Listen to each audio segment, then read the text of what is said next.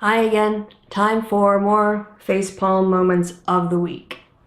In this segment, I always start out with the ways in which stupid people drive me crazy and just make me despair, but nobody wants to start their weekend on a downer, so I always end the segment with positive news stories or new things that make you feel better about humanity. The first story is about a stupid bigot who lives in North Carolina. Apparently, Carol Mitchum, who is chairman of the Lincoln County Board of Commissioners, said that he did not want people from other faiths, quote, changing rules on the way the United States was founded. Mitchum is quoted as saying, "A Muslim, he comes in here to say a prayer, I'm going to tell him to leave. I have no use for those people. They don't need to be here praying to Allah or whoever the hell they pray to. I'm not going to listen to a Muslim pray." Apparently in North Carolina, just last week, a federal judge ruled that a nearby county, Rowan County, had violated the Establishment Clause of the First Amendment. They had done so by leading their county commission meetings with prayers specifically dedicated to Jesus the Savior. Now, this lie that the United States was founded on Christian principles or the Christian religion is a load of crap. I'm going to quote from the Treaty of Tripoli that was ratified by the U.S. Senate and signed by President Adams in 1797. Article 11 reads, "As the government of the United States of America is not in any sense founded on the Christian religion, as it has in itself no character of enmity against the laws or religion or tranquility of Muslims, and as the said states never entered into any war or act of hostility against any Muslim nation, it is declared by the parties that no pretext arising from religious opinions shall ever produce an interruption of the harmony existing between the two countries." Just to be clear, there was a little thing that went around with this that was written by President John Adams, which reads, "Now be it known that I, John Adams, President of the United States of America, having seen and considered that said treaty do, by and with the same advice and consent of the Senate, accept, ratify, and confirm the same, and every clause and article thereof." Every clause and article, including Article 11. "And I do hereby enjoin and require all persons bearing office, civil or military, within the United States, and all other citizens or inhabitants thereof, faithfully to observe and fulfill the said treaty, and every clause and article thereof." There you have it, folks. America, not in any way founded on the Christian religion. The next story goes mostly to stupidity and less to bigotry. Last week, Louisiana lawmakers were debating the Louisiana Science Education Act. At an April hearing, Republican State Senator Albert Guillory, probably mispronouncing that, sorry, said the following, and I will just quote him directly. "There was a time, sir, when scientists thought that the world was flat, and if you get to the end of it, you'd fall off. There was another time when scientists thought that the sun revolved around the world, and they always thought to ensure that anyone who disagreed with their science was a heretic. People were burned for not believing that the world was flat. People were badly treated." No, this never happened. In fact, I'm just going to do a little reality check here, and the term scientist wasn't even invented until the 19th century. English philosopher and an historian of science, William Whewell, coined the term scientist in 1833, and it was first published in 1834. At no time has anyone been burned to death for thinking that the world was flat, and frankly, this Republican senator should be fired for incompetence, and he should be forced to go back to high school and pass basic history courses before he gets to vote ever again on education. Here's a headline that might make you physically ill. James Dobson is a founder and former leader of Focus on the Family, and his book that has just received its 4th edition has some very disturbing advice for women who are being beaten by their husbands. This Christian author, his 1983 book, Love Must Be Tough, is now in its 4th edition, and it was published in 2010. In here, he gives advice to a woman who says she is, quote, at her wit's end, that her husband has a violent temper, and that at least once or twice a month he would fly into violent rages, and if Laura dared open her mouth, she said, quote, "He beats me with his fists," and that she is fed up with having to, quote, "stay home for days," unquote, after her beating. What was Dobson's advice to this woman? He suggests that women can bait their abusers into beating them. Dobson tells Laura that divorce is not the solution to the problem, and he tells her that it's her job to, quote, change her husband's behavior in order to save their marriage. About the only latitude he'll give is to tell her to move out until, quote, there is a reason to believe that he is willing to change. Well, if he never wants to change, and he's willing to beat her to make what he wants come true, how does this help her? It doesn't. This is an important counter to modern Christians who think that Jesus was somehow a feminist because he allowed women into his presence. The fact is that Jesus never spoke up in favor of women's political, economic, or social rights. The fact is the Bible does nothing to prohibit marital rape or spousal abuse or even child abuse. As far as I can see, the only punishment for a man who beats his wife is the punishment he receives only after he beats her to death. And that's because murder is a violation of God's law. Yahweh and Jesus might have cared that a murder was committed, but they didn't care enough to prevent it. Now, getting on to some more positive news. It's going to sound like it's starting out bad, but it actually gets better, this one. A Christian student who was complaining that she was being forced to think things that made her uncomfortable about her religion. This little kerfuffle took place at Polk State College. A humanities professor was accused of assigning students to write papers that forced them to deny the existence of God and agree that Christianity oppresses women. A 16-year-old named Grace Lewis wrote papers contesting her professor's point of view, and she received failing grades on her assignments, and yet, despite of those zeros, she still received an A for the course. The conservative media and Christian media picked up her complaints and ran with them as if they were news. But the college pushed back, saying that the case actually raises an important point about professors' rights in the classroom and about academic freedom. Lawyers for Polk State wrote, "The overall fallacy of your position rests singly on the premise that an instructor should not require a student to consider, discuss, or present arguments that are contrary to his or her personal beliefs." Now, did Russum demand all these things? Well, let's have a look at the question.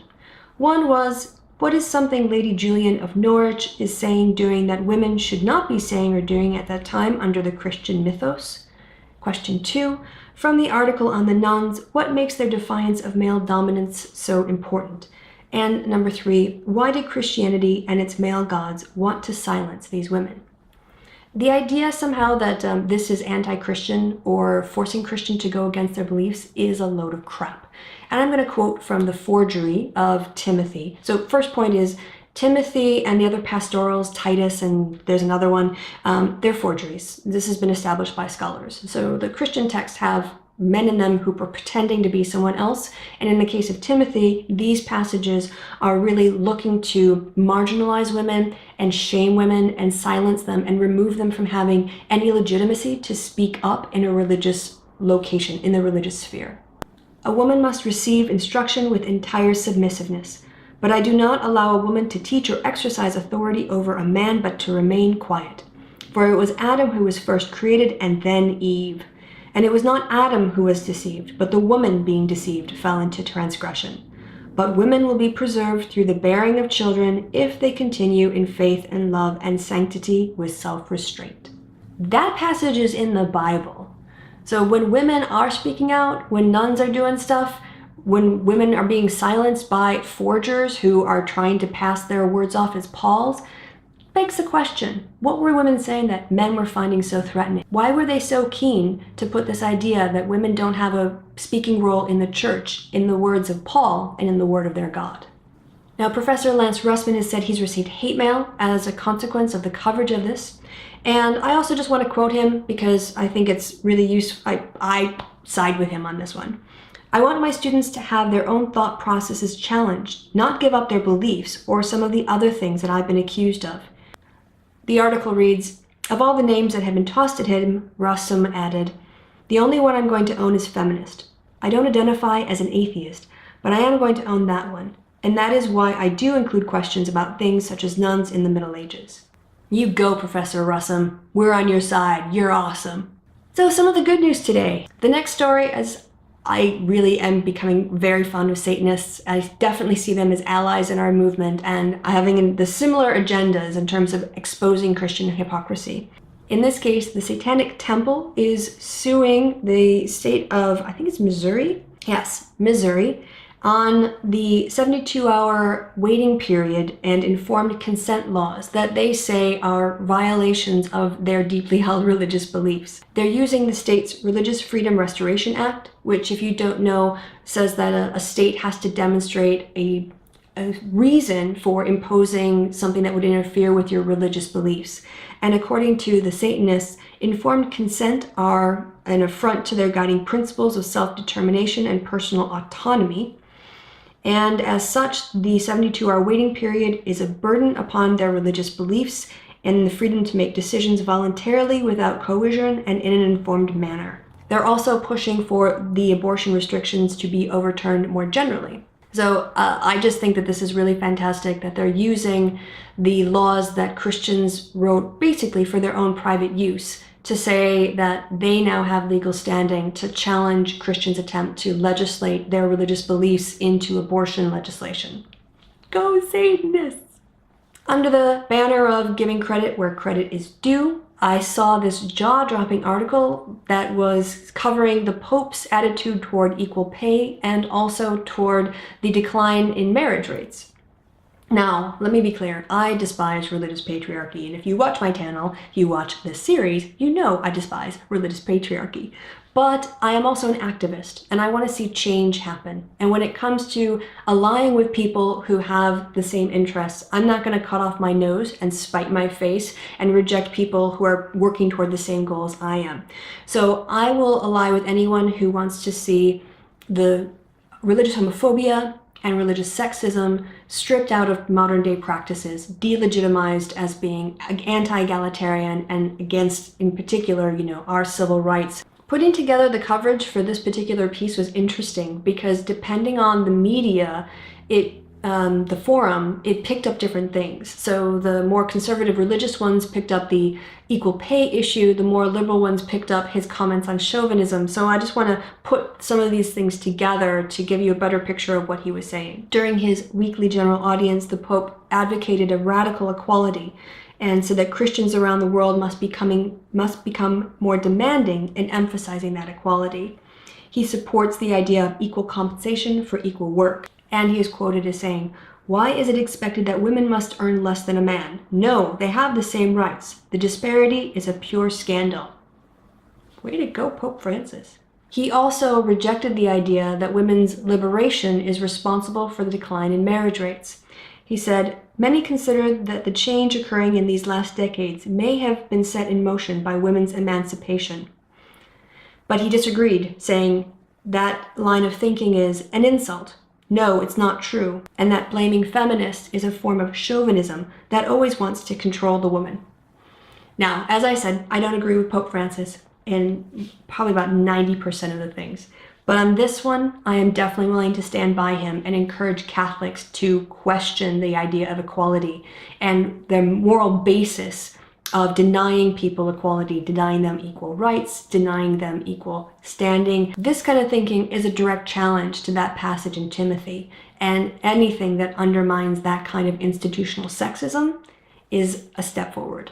Finally, I want to restore your faith in humanity a bit this week by looking at some studies that show that children's sort of natural default setting is focused on equality of outcomes. Psychologists Christina Olson and Elizabeth Speckle asked 3-year-olds to help a doll allocate resources such as stickers or candy bars between two characters. And what they found was when there were an odd number of resources to be distributed, children wouldn't want to give preference to one person or the other. She also worked with another researcher, Alex Shaw, with children between the ages of 6 and 8, where two characters, Mark and Dan, had to clean up their rooms and were to be rewarded with 8 erasers. The children were asked to help distribute the rewards to Mark and Dan, but they were given 5 erasers.